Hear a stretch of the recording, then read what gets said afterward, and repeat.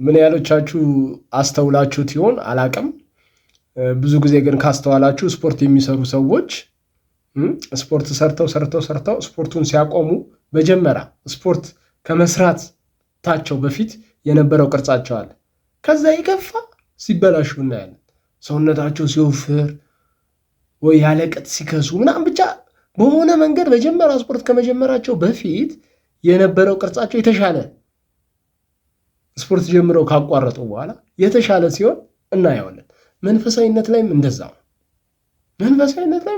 ነው። ጉዞአችንን ወደ እግዚአብሔር ካደረግን በኋላ ሁሉ ነገር እርግፍ አድርገን ትተን ወደ እግዚአብሔር መንገድ ወይም ደግሞ ወደ እግዚአብሔር መቅረብ ከጀመርን በኋላ ማቋረጥ የለብንም።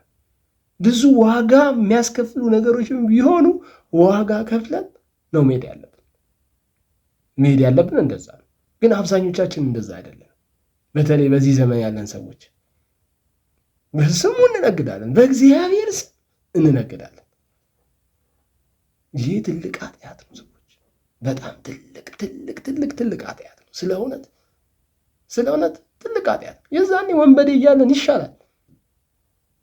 እንደ ፈያታዊ ዜማን እንደ በስተመጨረሻ ጊዜ ወደ እግዚአብሔር እንግዲህ ልባችን ገልጦ ወደ እግዚአብሔር መንግስት ልንገባ እንችላለን።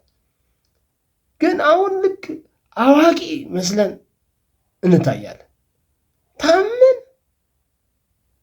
ታመን ፈውስን ፈልጋ ወደ እግዚአብሔር ቤት ወይ ወደ እግዚአብሔር ደጃፍ ቀርበ ፈውስን ሲሰጥ እናገልግል ብለን እንጀምርና እንገለገልበታለን።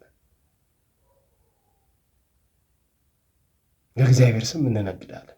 የዚህ ዘመን ሰዎች ትልቁ የሰዎች ደግሞ ይኸውላችሁ የተቀረሰው ደግሞ ደካማ ጎኑ ሃይማኖት እምነቱ ነው። በእግዚአብሔር ስም የመጣበትን ሰው አይከለክልም። በእመቤታችን በቅድስት ድንግል ማርያም ስም የመጣበትን ሰው አይከለክልም። ያንን ስለሚያውቁ እነዛ ሰዎች ንግድ ያደርጉታል። ገንዘብ አስተውላችኋል? በየትኛው መንገድ ገንዘብ ሰው ተረሳ። እግዚአብሔርን ሰው ተረሳ። ህንፃ ይሰራ፣ በዚህ ወጥቶ በዚህ ገብቶ ጥሩ ነው። ህንፃ ይሰራ፣ አዎ።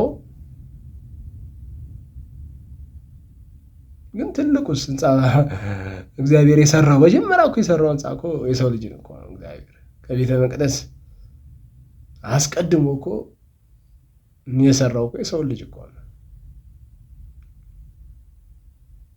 እና ሰዎች እንመለስ፣ በእግዚአብሔር ስም ከመነገድ እንመለስ። ስለ እውነት አያዋጣን። ለንስሐ ጊዜ ሰጥቶ ዝም ሲለን ትዕቢት። አስተውላችሁ ከሆነ በጣም ትዕቢት አለባቸው። በቃ ያለነሱ አዋቂ የለም። ያለነሱ አዋቂ ስለ ሁሉ ነገር ያውቃሉ። ያለነሱ ለቤተ ክርስቲያን ተቆርቋሪ የለም። ይህ አካሄድ የትም ነው የማያደርሰን። እየጠፋችሁ ነው። እስቲ ቆም ብላችሁ አስቡ። እስቲ ምን እያደረግኩ ነው ብላችሁ ጠይቁ። ወዴት እየሄድኩ ነው ብላችሁ ጠይቁ። እስቲ ዛሬ የምሰራውን ስራ እግዚአብሔር እውነት ይወደዋል ብላችሁ እስቲ ጠይቁ። እውነት እግዚአብሔር እንደዛ ነው ያዘዘው ብላችሁ እስቲ ጠይቁ። ዝም ብላችሁ አትጋለቡ። ዝም ብላችሁ ዛሬ አንድ ጽሑፍ አንብቤ በጣም ተሳቀኝ። በጣም አንድ ቤተ ክርስቲያን ውስጥ ካደገ የቤተ ክርስቲያንን ባህል ስርዓት ከሚያግዘው የማይጠበቅ ጽሑፍ አይቼ በጣም የገረመኝ። በቃ ስለ እውነት ለሰው እንደዚህ አይነት ምስክርነት መስጠት ከተቻለ ለእግዚአብሔር እንዴት ነው ስለ እግዚአብሔርስ እንዴት ነው ማውራት? ምን ልንል ነው? በቤተ ክርስቲያናችን ደስ የሚለኝ አንድ ነገር አለ። አንድ ሰው ጻድቅ እንኳን የሚባለው ህይወቱን ካለፈ ከብዙ ዓመታት በኋላ ለምን ይመረመራል? የዛሬ 20 ዓመት 30 ዓመት አንድ የሆነ ነገር አድርጓል ተብሎ መረጃ ሊወጣ ይችላል። ሰው በቁም እያለ ሰውን ጻድቅ ወይ ቅዱስ ብሎ ማውራት ይሄ አግባብ አይደለም። ስለ እውነት አግባብ አይደለም። ስለዚህ ሰዎች እንመለስ። እግዚአብሔር አይወደውም። አሁን እያደረግን ያለን ነገር እግዚአብሔር አይወደውም። አናስመስል፣ እንምሰል። ጳውሎስ እኔ እግዚአብሔርን እንደምመስል ወይ እኔ ክርስቶስን እንደምመስል እናንተም እኔን ምሰሉ ነው ያለው። አናስመስል። አሁን ማስመሰል ነው ያለው፣ መምሰል የለም።